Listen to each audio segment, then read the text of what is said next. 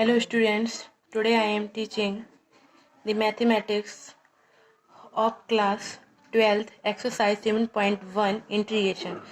The first question asked the antiderivative by the inspection method.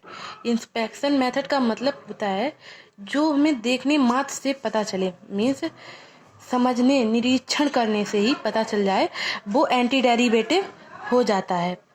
तो पहले question में पूछा गया है कि साइन 2x का हम लोग एंटी डेरिवेटिव कैसे निकालेंगे। तो देखते हैं, देखिए ये है साइन 2x मीन्स हमें ये समझना पड़ेगा कि साइन 2x का किससे डेरिवेटिव क्या हो गया होगा जब साइन 2x आया। तो इसके अनुसार साइन का कॉस से किया होगा cos 2x। तो हम जानते हैं कि cos का अगर डेरिवेटिव करेंगे तो क्या आएगा, माइनस साइन 2x और 2x से क्या हो जाएगा 2। तो इसको हम लोग अपॉन में ले आए, फिर इसका डेरिवेटिव और साइन 2x, उसके बाद साइन 2x ये वाला ऐसा ही लिख दिया गया और डेरिवेटिव इसको ब्रैकेट के अंदर कर दिया गया। तो मतलब इस क्वेश्चन में कहा गया था एंटी डेरिवेटिव फाइंड करो इंस्पेक्शन मेथड। तो एंटी डेरिवेटिव, तो ये साइन 2x का एंटी डेरिवेटिव क्या हुआ, -1/2 cos 2x। ठीक है। इन दिस सेकेंड क्वेश्चन क्या है हमारा, सेकेंड क्वेश्चन में पूछा गया है cos 3x के बारे में। सेकेंड क्वेश्चन ये है हमारा, सेकेंड क्वेश्चन में cos 3x का पूछा गया है। तो ये क्वेश्चंस आप समझ पाएंगे जब आपको फॉर्मूले सही से याद होंगे। तो फॉर्मूले माइंड में रखना, तभी ये क्वेश्चन सॉल्व होंगे आसानी से। तो ये क्वेश्चन सेकेंड है cos 3x। अब cos किससे बना होगा, sin 3x से। तो sin 3x का डेरिवेटिव करेंगे, उसको sin 3x का डेरिवेटिव क्या होगा, cos 3x और 3x का 3, उसके बाद 1/3 ये अपॉन में आ गया और ये sin 3x cos 3x वैसा ही लिखा है। अब cos 3x ये अपॉन में लिख दिया, इसके बाद डेरिवेटिव के फॉर्म में लिखा और ये हमारा हो गया, मीन्स ये हमारा एंटी डेरिवेटिव है किसका, cos 3x का। Anti derivative of cos 3x क्या हो गया, 1/3 sin x। तो ये हमारा आंसर हो गया है। अब क्वेश्चन नंबर थर्ड में पूछा गया है e⁻2x। तो e⁻2x किससे आया, e⁻2x से ही बना होगा। तो e⁻2x का हम लोग क्या करेंगे, यहाँ पे डेरिवेटिव फाइंड। तो डेरिवेटिव फाइंड किया तो क्या आया, e⁻2x का e⁻2x का 2 यहाँ आ गया, ये हमारा क्या हो गया डेरिवेटिव। अब जो 2 था वो 1/2 इधर ले आए लेफ्ट हैंड साइड में। तो उसके बाद डेरिवेटिव ऑफ e⁻x। अब ये तो e⁻2x था, यहाँ लिख दिया, इस पूरे को इस साइड ले आए। तो ये जो है ये एंटी डेरिवेटिव हुआ किसका, e⁻2x का एंटी डेरिवेटिव है 1/2 e⁻2x। In the fourth question ax + b का होल स्क्वायर, इसका हमें क्या निकालना है, एंटी डेरिवेटिव। तो इसका भी एंटी डेरिवेटिव इसी प्रकार निकाल रहे हैं हम लोग, ax + b का होल स्क्वायर। तो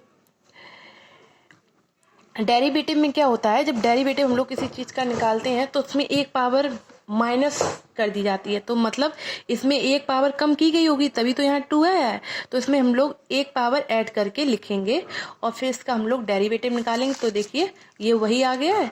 उसके बाद जो 3 और a ये कांस्टेंट है, इसको अपॉन में ले आए।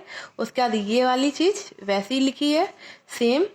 उसके बाद ये यहाँ पे सेम लिख दिया गया, ये वाला सेम यहाँ पे उतारा है और इक्वल एंटी डेरिवेटिव ऑफ किसका, तो ये जो 1/3 ये थे वो ब्रैकेट के अंदर कर दिए। तो मतलब ax + b का जो होल स्क्वायर है उसका अगर एंटी डेरिवेटिव निकाल रहे हैं तो 1/3 ax + b का होल क्यूब, ये एंटी डेरिवेटिव हो गया किसका, ax + b का। नेक्स्ट क्वेश्चन में देखते हैं क्या पूछा गया है। नेक्स्ट क्वेश्चन में sin 2x - 4 e⁻3x।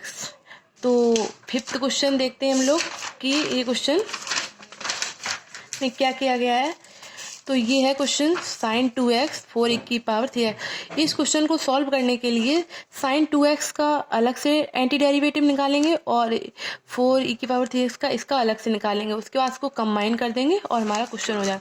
तो साइन 2x के लिए एंटी डेरिवेटिव निकालने के लिए cos 2x का यूज किया, इसका डेरिवेटिव निकाला है। तो cos 2x का क्या हो गया माइनस साइन 2x, और 2x का क्या हो गया, इस 2x का क्या हो गया 2। तो इसके बाद माइनस और ये 2 इधर लेफ्ट हैंड साइड में आ गया, anti derivative cos 2x equal sine 2x। इसके बाद जो ये साइन 2x है ये यहाँ आया, इसका एंटी डेरिवेटिव निकाला तो ये हो गया माइनस 1/2 cos 2x। तो ये हो गया साइन 2x का एंटी डेरिवेटिव। मीन्स अब इसके बाद ए की पावर 3x का निकालते हैं। ए की पावर 3x का जब हम लोग डेरिवेटिव करेंगे तो ए की पावर 3x का, तो ए की पावर 3x और 3x का क्या हो गया 3। तो ये वाले जो 3 है वो अपॉन में आए, इसका डेरिवेटिव किया। उसके बाद ए की पावर 3x इक्वल ए की पावर ये सेम, ए की पावर 3x ये सेम रहे, और ये वाला जो इतना पोर्शन है वो राइट हैंड साइड में इस प्रकार से लिख दिया गया। उसके बाद यहाँ पे तो हमारे ये 1 के लिए था और क्वेश्चन में क्या पूछा गया था, ये 4 के लिए। तो क्या है 4 से मल्टीप्लाई कर दिया गया, तो ये 4/3 डेरिवेटिव e की पावर 3x ये हो गया। उसके बाद डेरिवेटिव 4/3 e की पावर 3x। तो मतलब हमने इस पूरे क्वेश्चंस का जो एंटी डेरिवेटिव है मीन्स इंटीग्रल है वो डेरिवेटिव से फाइंड किया। Anti derivative of sine 2x minus 4e की पावर 3x क्या हो गया माइनस, ऊपर में मिला था साइन 2x का, साइन 2x का क्या मिला था ये मिला था, ये इसको हमने इक्वेशन फर्स्ट मान लिया था, और 4e की पावर 3x का हमें मिला था ये, इसको हमने इक्वेशन सेकेंड मान लिया। इन दोनों इक्वेशन को कंबाइन करके हमें ये सॉल्यूशन प्राप्त हो गया। इसके बाद अगर किसी को कोई डाउट है तो वो कमेंट सेक्शन में पूछ सकता है।